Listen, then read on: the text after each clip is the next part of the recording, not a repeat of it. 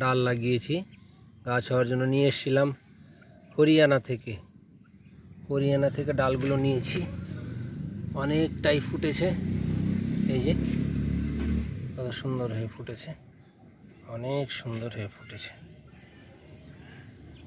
এই যে অনেক সুন্দর হয়ে ফুটেছে। হরিয়ানা থেকে নিয়েছি এই আঙ্গুরের ডালগুলো, এই যে এখানে কিছুটা বাদ গেছে, দেখা যাক, এখনো সময় আছে, এখনো আছে। এই যে ফুটেছে, এই যে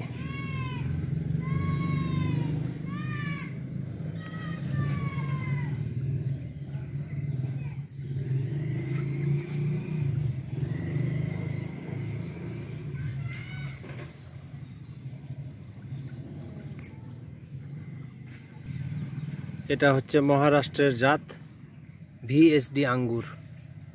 এবারে নিয়েছি, এই বালতিতে বসানো রয়েছে। এটা হরিয়ানা থেকে নিয়েছিলাম। এই যে কত সুন্দর পাত ছেড়েছে, অনেক সুন্দর পাত ছেড়েছে।